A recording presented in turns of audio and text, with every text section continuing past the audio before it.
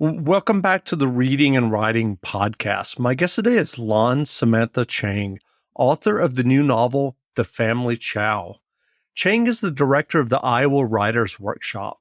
She has previously written a collection of short fiction, Hunger, and two novels, Inheritance and All is Forgotten, Nothing is Lost. Samantha, welcome to the podcast. It's great to be here. Sure. Well, if someone hasn't yet heard about your latest novel, The Family Chow, how would you describe the novel? Oh, that's a question that, if you can believe it, no one has asked me this question yet. So I'm going to describe it in as fresh a way as humanly possible. I would describe the book as a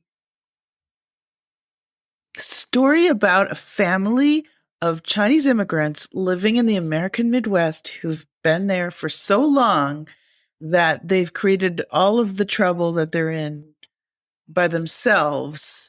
Um, this is the first half of the book. You get a very strong sense of exactly what the trouble is. And then in the second half of the book, their trouble is made public when the tyrannical patriarch of the family is discovered, dead, basically. and the entire community, indeed, the internet community, become aware of who they are and what is happening with them. So that is the basic story. Gotcha. I'm curious, do you remember the original idea or impetus that led you to write The Family Chow? Absolutely. I was just looking through my writing logs way back in time. There were two moments. One was way back in 2005.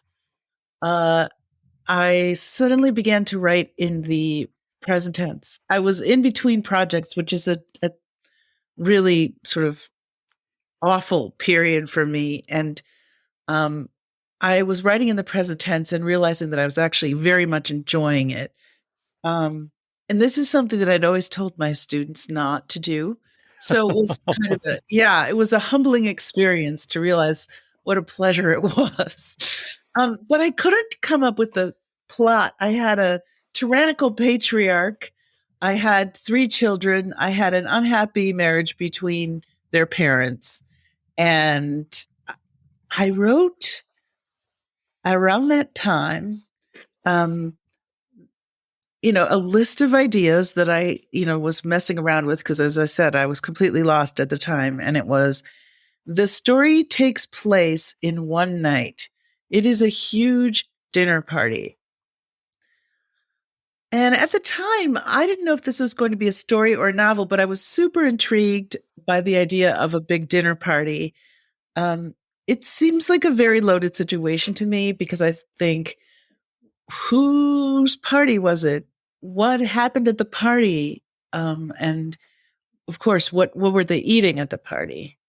I feel like a party is a special situation because you really can't control how it works. I mean, people try very hard, but anything can happen. And so that was interesting. And then I set the project aside for, I don't know how many years, probably 8 years. I wrote a different novel after that about some poets, a very different kind of novel. And then I went into a period after that novel where I really didn't write for years. I was too busy. I had a child and a really busy full-time job. I had a lot of wonderful students that whose lives who I knew a lot about, and I was working with them, and just life was too full Sure. for me to get work done. But I was very frustrated by this. And then one day in about 2013, I also found this in my writing log. I was sitting in my office and talking to a student about their thesis. And they said that they're always interested in books that are patterned on other books. And that when they have a project, it's often a project that's directly inspired by another project. And the thing is that for years I had been obsessed with Fyodor Dostoevsky's novel, the Brothers Karamazov, and to the point where I had actually taught two non-credit discussion groups, or held them. I don't know if I taught them. I held these discussion groups. They were like book club meetings at the workshop, and people read this, very long book and showed up and talked for, hours about it, a couple of sessions without getting any credit. And Hmm. I didn't get credit either. I just did it because I loved the book and I wanted to talk to other people who had read it. Um, and I thought, but when that student was in my office, I thought, I wonder if I would enjoy, whether it would be possible to write an homage to that book.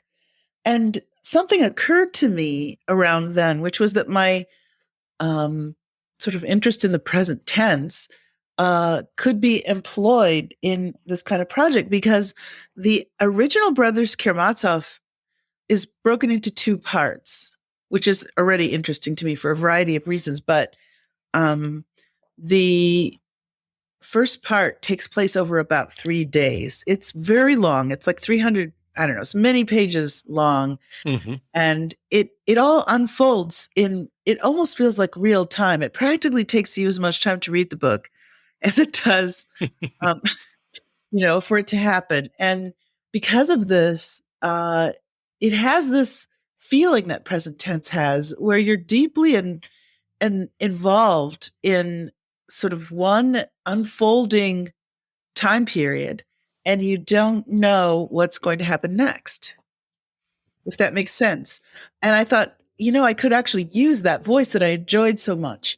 And keeping in mind that at the time I was very much having trouble writing, I wanted to come up with a project that would engage me, that I would like and enjoy, that would entertain me, and, keep me working. And this is what I came up with. Gotcha. And so you were talking about when you started writing the present tense. What was the pleasure of the present tense for you? It's really interesting. I will try to describe it as, I'll use just a comparison.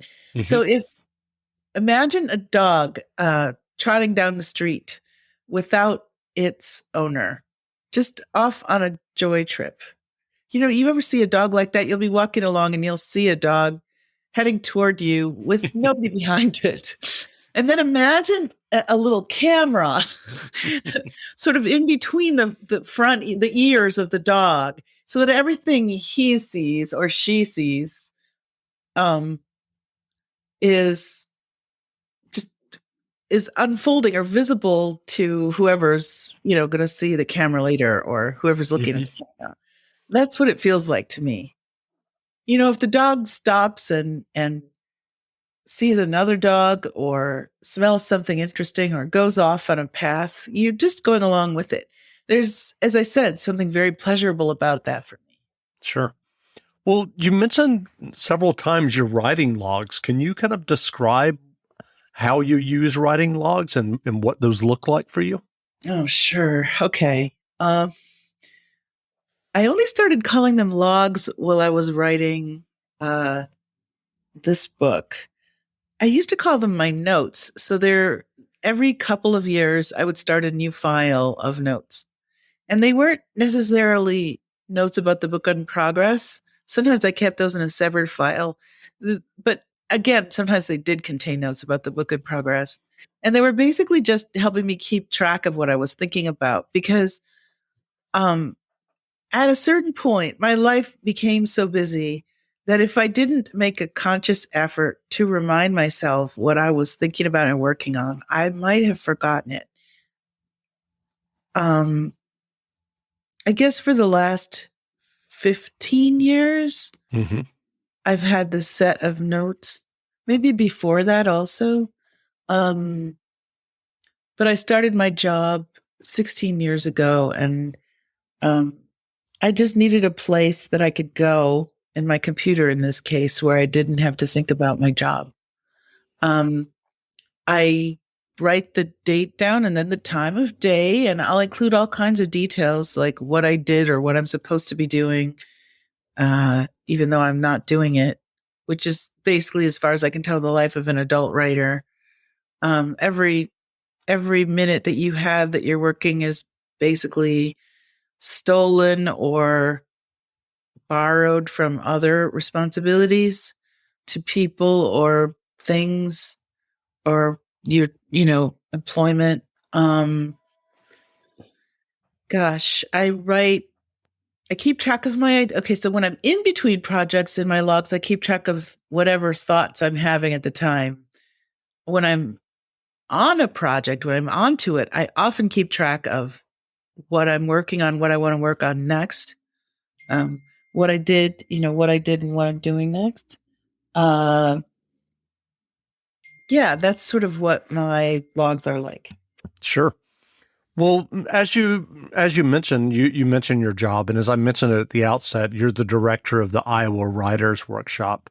And on this podcast, I've interviewed a number of MFA graduates and some Iowa graduates. And obviously, in the MFA world, the Iowa's Writer Workshop is somewhat legendary. I'm curious, how do you balance your work with the workshop and your own writing? I've been thinking about this a lot. For one thing, I think years, as I said, went by when I wasn't writing at all. And part of the reason was that I was so involved with the program and with my students. At that time, I used to think about my job in a frustrated way because I felt like the reason I couldn't think of a new project must have to do with the fact that I had something crowding into my brain at every waking moment. Somebody's Sure. needs were always like very vividly presented to me and easily took over whatever like fledgling thought I had or fledgling sense of, I don't know if the word is confidence, but it's like you really have to commit to a project, especially in the beginning stages for me, in order to get anything written at all, because um, overcoming doubt and becoming encouraged is so like it's such a fragile process. And if somebody's constantly telling you they have a problem or an issue or they want you to read your work, it's a lot easier to turn to their more urgent needs Mm-hmm. than it is to do yours. And so for a while I felt frustrated for years. And then but now when I look at it sort of from a different angle, I feel lucky that I had the opportunity and still have it to work with people who are writing, in many cases, some of the first, most sort of urgent fiction they've ever written in their lives. Um, because, or people who are facing urgent writing problems, perhaps for the first time as a, as that they ever have. Or people who may not be new to writing, but whose issues are like very clearly defined from my perspective so that I can see exactly what it is that the problem is, even if I can't explain it to them. And the reason is that I'm able to sometimes, not always, but occasionally get that long view on my own work. And I think that's a really hard view to get as a writer.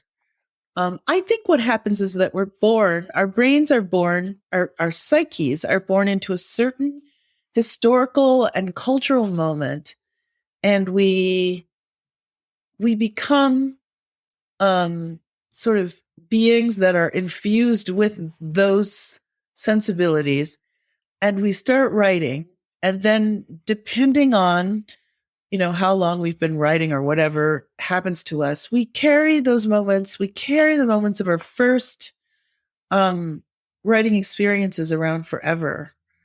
And you can tell when you read people's work sometimes, and I'm not naming any names, nor do I Mm-hmm. be critical.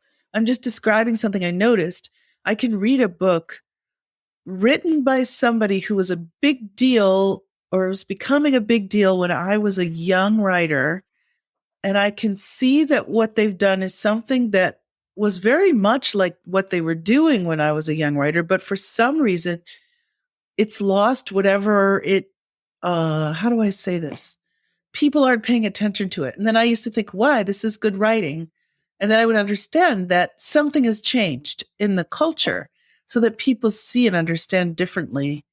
Um, they're looking for something else from their reading than they used to be when I was young. And I'm not saying that my work is um, all that different from it was when I was young, but it is actually. This book is significantly different. It's different because A, I wrote it to entertain myself, but B, because I was reading all kinds of stuff. I was reading many, many um, kinds of projects, not just my students' projects, but projects that I read just randomly while I'm choosing people to come here or outside of my job while I'm working with people. And so I feel now like I understand what people are writing. And somehow that has seeped into what I'm writing. Does that make any sense? Yes, it does. It does. It's also inspiring and like bracing to constantly be confronted with the problems that writers have, because it helps me understand when I have a problem. Oh, but Sam, you've seen this before. Like, what this means. Because you know how when you've got your own writing problem, when you're stuck in the middle of something, you think it's the first time and the only time this has ever happened to anybody. I can't really tell myself that. Um, I I know, for example, I'm having a terrible time right now because I finished my book, The Family Chow, and I'm waiting for it to come out. But what I would really, really like is to be like deep in another book. And I can't do that. It's impossible, as far as I could tell, for me to become deeply involved in another book when something that I've written is becoming like visible to Sure. other people. It's just this odd, sort of vulnerable, uneasy feeling that you can't settle down and start something new. But then I think, Sam, but a ton of your students have felt like this. And what did you tell them? You tell them that they don't have to start something new right now. So I would say overall, now that I've finally finished this book, I can look at my teaching and be really grateful for it. And I think that when I was most frustrated with it was when I was trying to start a new book and hadn't um and couldn't do it because of the time consuming aspects of teaching. So Sure. It's the Jcpenney Mother's Day sale. Shop now and save on gifts mom will love. Brighten her day with jewelry up to 70% off with coupon. Find something special at our store-wide Liz event with savings up to 40% off. Plus extended store hours Friday and Saturday. This Mother's Day, make her day truly monumental. Shopping is back. Jcpenney. Offers valid on select items through 5/8. Liz event offer good through 5/16. Some exclusions apply. See store or jcp.com for details. It's the Jcpenney Mother's Day sale. Shop now and save on gifts mom will love. Brighten her day with jewelry up to 70% off with coupon. Find something special at our store-wide Liz event with savings up to 40% off. Plus extended store hours Friday and Saturday. This Mother's Day, make her day truly monumental. Shopping is back. Jcpenney. Offers valid on select items through 5/8. Liz event offer good through 5/16. Some exclusions apply. See store or jcp.com for details. Well, how has the Iowa Writers Workshop weathered the pandemic? that's a really interesting question. I would say we are fine, but that there's some things that I am sorry are not the same as usual. So the students have been lovely and wonderful, and they have come here to Iowa City and somehow managed to create communities and like be sort of in their writing despite all of the, stress that the global pandemic has caused. But one thing that I'm waiting for is for the world to open up a bit again, so that instead of visitors being on Zoom, that we could have more people here. Other writers would come to Sure. town again. I think it's something that everybody's waiting for. Sure, definitely. Well, I'm sure that you have lots of thoughts on this next question, but I did want to ask, what writing advice would you offer for those who are working on their own stories and novels and looking to kind of improve their own work, hopefully with the idea of publication? Right. That's so interesting, because I feel that there's an enormous difference between trying to improve your work and trying to improve it with an eye toward publication, particularly on the level of a book length work. Example, if I were working with students writing short stories, I think there are ways to create or to understand or to try to make the work deeper. There are ways to become more engaged with the work. There are ways to, obviously improve technique, so that you can get closer to what you envision for your work, or ways to discover new things. I think that, right. So, and I also feel that there are a lot of ways to get published. If you're writing short fiction, a lot of really wonderful journals that have dedicated editors and very committed to quality work. Okay. As far as book publication is concerned, I feel as confused as the next person. I often, oh gosh, the other day somebody said in an interview, they asked me, do you have classes on how to get your work published at the workshop? And I said no, but then I realized afterwards that the real problem is that I'm not so sure. I mean, I've taught for years and years, and I've published for years and years, but I do not have a ton of advice that I think is actually foolproof. I cannot predict whose work is going to get published and whose isn't a lot of the time. I mean, there's sometimes you can tell, but like mostly it's fascinating to me how confusing the publication industry is. Sure. Well, Yeah.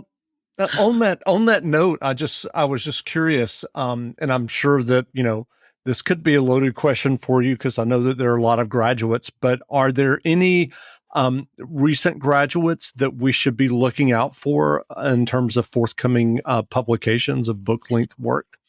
Well, right this month, in January, there's several workshop graduates whose books are being published that I've actually worked with. So Mark Prins, Prins, has published a new novel, its first novel called The Latinist, which is a pretty fascinating book about academia and about classicists. And Xochitl Gonzalez has published a book called Olga Dies Dreaming, that is very engaging book about Puerto Rican immigrants and their children living in the U.S. family. There recently in the late fall, in past fall, James Hahn Matson published a book called Reprieve, which is a kind of, I don't know, is there a category for this politically driven thriller? Yeah, I think so. Yeah. Elizabeth Weiss published a book, I think, called The Sister's Suite. I think there are a lot of books coming out at every moment, and so I apologize for anybody whose book I didn't mention. Yeah, absolutely. I understand. Well, where can people find you online if they want to learn more about you and your novels and work?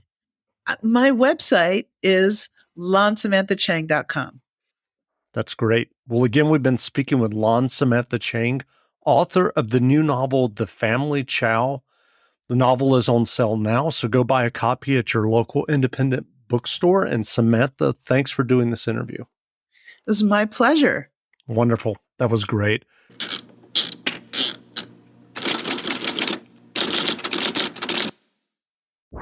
It's the Jcpenney Mother's Day sale. Shop now and save on gifts mom will love. Brighten her day with jewelry up to 70% off with coupon. Find something special at our store-wide Liz event with savings up to 40% off. Plus, extended store hours Friday and Saturday. This Mother's Day, make her day truly monumental. Shopping is back. Jcpenney. Offers valid on select items through 5/8. Liz event offer good through 5/16. Some exclusions apply. See store or jcp.com for details. It's the Jcpenney Mother's Day sale. Shop now and save on gifts mom will love. Brighten her day with jewelry up to 70% off with coupon.